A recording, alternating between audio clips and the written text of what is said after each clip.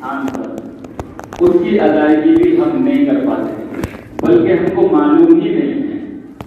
اگر باپ کی جائیداد ہے یا باپ کی پراپرٹی ہے یا اسی طریقے سے روپیہ پیسہ بینک بیلنس ہے، تو جس طریقے سے اس کی جائیداد میں، اس کے پیسوں میں بیٹوں کا حصہ ہے، اسی طریقے سے اس کی جائیداد میں بیٹیوں کا بھی حصہ ہوتا ہے۔ لیکن بیٹے تو دے دیتے ہیں، بیٹیوں کو حق نہیں ملتا۔ ان کی شادی ہو جاتی ہے، وہ اپنے گھر چلی جاتی ہیں، شوہر کے یہاں چلی جاتی ہیں، اور جو ان کے حقوق جو وابستہ رہ جاتے ہیں اپنے والد صاحب کی جائیداد میں، یا اسی طریقے سے ان کے روپیہ اور پیسہ میں جو کچھ بھی والد صاحب کی ملکیت ہوتی ہے، اس میں جو ان کی بیٹیوں کا حصہ ہوتا ہے، شادی ہونے کے بعد لوگ یہ سمجھتے ہیں کہ ہم نے شادی کر دی تو ان کے تمام حقوق کو ہم نے ادا کر دیا۔ اس کے بعد یہ سمجھتے ہیں کہ اب باپ کی ملکیت میں ہماری بہنوں کا یا ان کی بیٹیوں کا کوئی حصہ نہیں ہے اور ان کو کچھ بھی نہیں ملتا۔ حالانکہ اللہ تبارک و تعالیٰ نے قرآن کریم میں 4 پارے میں خود متعین کیا ہے کہ بیٹیوں کا اتنا حصہ ہے، بیٹوں کا اتنا حصہ ہے، اگر آپ نہیں دیں گے تو اللہ تبارک و تعالیٰ کے یہاں پر مواخذہ ہوگا، اللہ تبارک و تعالیٰ کے یہاں پر پوچھ ہوگی۔ اور یہ سب چیزیں کہاں سے آئی ہیں؟ یہ سب چیزیں اسی لیے آئی ہیں کیونکہ ہم نے اسلام کی جو بنیادی تعلیمات ہیں، اسلام کے جو بنیادی احکام ہیں، وہ ہمیں معلوم نہیں ہیں، اور جو دوسروں کی تہذیب ہے، جو مغربی تہذیب ہے، جو دوسروں کا طریقہ ہے، وہ ہم نے اپنا لیا ہے۔ تو ہم اسلامی تعلیمات سے دور ہو گئے اور دوسرے لوگوں کے طریقوں کو، دوسرے مذاہب کے لوگوں کو طریقوں کو ہم نے اپنا بنایا، تو اس کی وجہ سے ہمارے اندر یہ بے دینی آئی اور ہم کو معلوم نہیں رہا کہ کس کا کتنا حق ہے، کس کو کتنا دینا چاہیے۔ آج کل جو ایک رسم ہے جہیز کی، وہ دینے کے بعد انسان یہ سمجھتا ہے، یا باپ یہ سمجھتا ہے، یا بیٹی جو ہوتی ہے اس کا بھائی یہ سمجھتا ہے کہ ہم نے جو اپنی بہن کو جہیز دیا ہے، یا باپ یہ سمجھتا ہے کہ جو ہم نے اپنی بیٹی کو جہیز دیا ہے، جو ساز و سامان دیا ہے، تو گویا کہ ہم نے اپنی بیٹی کا حق ادا کر دیا،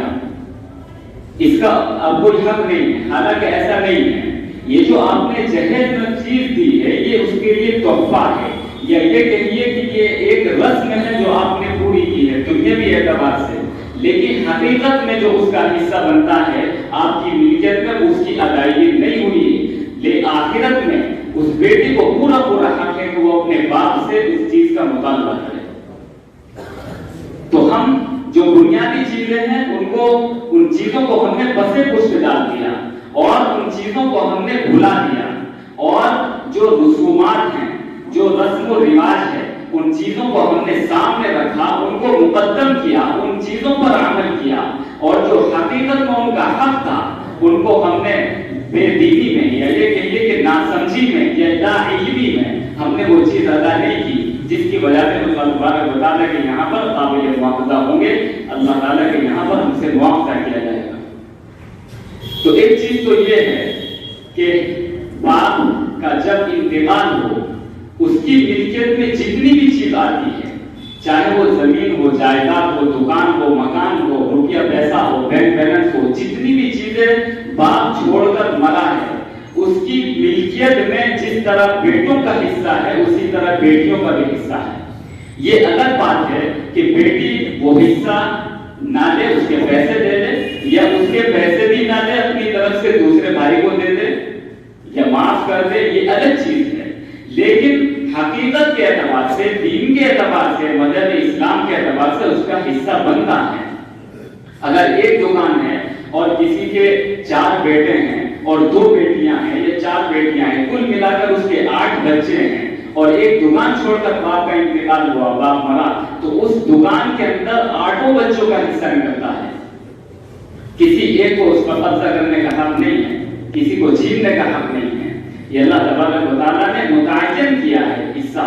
اس کو کسی بندے کو یہ حق نہیں ہے کہ اپنی طرف سے اس حصے کو ختم کر دے۔ اگر خدا نخواستہ اس چیز کو ختم کیا اور اس کو نہیں دیا اس کا حق، تو اللہ تبارک و تعالیٰ کے یہاں پر اس کا سوال ہوگا۔ دوسری چیز یہ ہے نکاح کے تعلق سے آج کل نکاح کے اندر جو تاخیر ہوتی ہے اور اس کی وجہ سے جو معاشرے کے اندر برائیاں پیدا ہوتی ہیں وہ آپ حضرات کے سامنے ہیں. نکاح کرنا اللہ کے نبی صلی اللہ علیہ وسلم نے ارشاد فرمایا ان اعظم النکاح برکۃ ایسرہ مؤونۃ کہ سب سے برکت والا نکاح وہ ہوتا ہے جس کے اندر سب سے کم خرچ ہوتا ہے. سب سے زیادہ برکت اللہ تعالیٰ نے اس نکاح کے اندر رکھی ہے اور اتنا آسان بنایا ہے نکاح کو اللہ تبارک و تعالیٰ نے کہ دو گواہ لے کر کے آئے, ایک وکیل کے لے کر کے آئے, مسجد پر بیٹھ کر آپ نکاح پڑھائیں اور اس کے بعد اپنی حیثیت کے مطابق آپ ولیمہ کریں, بس یہ نکاح ہو گیا. لیکن آج رسم و رواج کی بنیاد پر اس کو اتنا مشکل بنا دیا کہ آج زنا کرنا آسان ہو گیا ہے اور نکاح کرنا مشکل ہو گیا ہے اور طرح طرح کی برائیاں جنم لیتی ہیں. اللہ نے انسان کے اندر فطری چیز رکھی ہے کہ جو مرد ہوتا ہے اس کا میدان عورت کی طرف ہوتا ہے, جو عورت ہوتی ہے اس کا میدان مرد کی طرف ہوتا ہے. یہ ایک فطری چیز ہے, نیچرل چیز ہے, اس کا کوئی انکار نہیں کر سکتا. تو یہ چیزیں ہر ایک کے اندر اللہ تعالیٰ نے رکھی ہیں. بالغ ہونے کے بعد یہ کیفیت پیدا ہونے لگتی ہے کہ مرد کی خواہش بڑھتی ہے, عورت کی خواہش بھی بڑھتی ہے, لیکن اللہ تعالیٰ نے عورت میں شرم و حیا زیادہ رکھی ہے, وہ اس کا اظہار نہیں کر پاتی. مرد اس کا اظہار کر دیتے ہیں بسا اوقات, اور جب نکاح کے اندر تاخیر ہوتی ہے کسی بھی وجہ سے ہو, بعض مرتبہ تاخیر انسان اس لیے بھی کرتا ہے کہ وہ اپنی ناخوشی کرنا چاہتا ہے, اپنی چودراہٹ جتانا چاہتا ہے, اور بات یہ سمجھتا ہے کہ میری حیثیت کے مطابق جب رشتہ ملے گا تب میں نکاح کروں گا. حالانکہ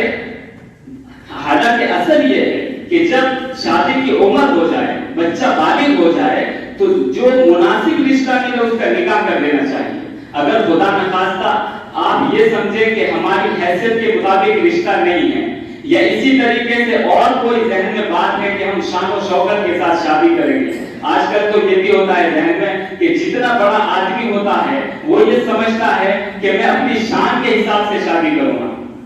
میں بڑا آدمی ہوں تو باقاعدہ اس میں بہت ساری چیزیں ہوں گی, رسومات ہوں گی, اور اسی طریقے سے شان و شوکت ہوگی, گاڑیاں بھی ہوں گی. تو یہ سب چیزیں اس کے ذہن میں ہوتی ہے اور یہ سمجھتا ہے کہ جب ان تمام چیزوں کا انتظام ہوگا اس کے بعد میں شادی کروں گا. اور ادھر جو اس کا بیٹا ہے اس کے ذہن میں اس کی خواہش بڑھتی ہے اور اس کی بنیاد پر وہ خدا نخواستہ گناہ کر بیٹھتا ہے, زنا کر بیٹھتا ہے. اور آج کل تو یہ بہت عام ہو چکا ہے, بہت عام ہو چکا ہے. آج کل زمانہ ہے بوائے فرینڈ کا, گرل فرینڈ کا, تو یہ بہت چیزیں عام ہو گئی ہیں. اللہ تبارک و تعالیٰ نے نکاح کو جو آسان بنایا ہے وہ مشکل ہو گیا, اور جو زنا ہے وہ آسان ہو گیا. جو بچہ زنا کر کے آتا ہے اس بنیاد پر اس کی شادی نہیں ہوتی, گھر والے اس کی شادی نہیں کرتے, تو یاد رکھیں ایسے والدین کہ اس گناہ کے اندر وہ والدین خود شریک ہوں. اللہ تبارک و تعالیٰ ان سے بھی حساب لے گا. تو اس لیے جب مناسب رشتہ ملے فوراً شادی کرنی چاہیے, چاہے وہ لڑکی ہو چاہے وہ لڑکے ہوں. اور لڑکوں کو یہ چاہیے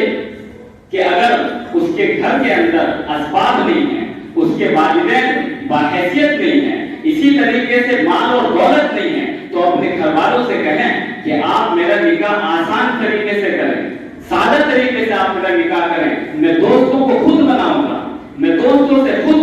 کہوں گا کہ میں سیدھے سادے انداز میں نکاح کرنا چاہتا ہوں, سنت کے مطابق نکاح کرنا چاہتا ہوں, اور اپنی حیثیت کے مطابق میں ولیمہ کروں گا.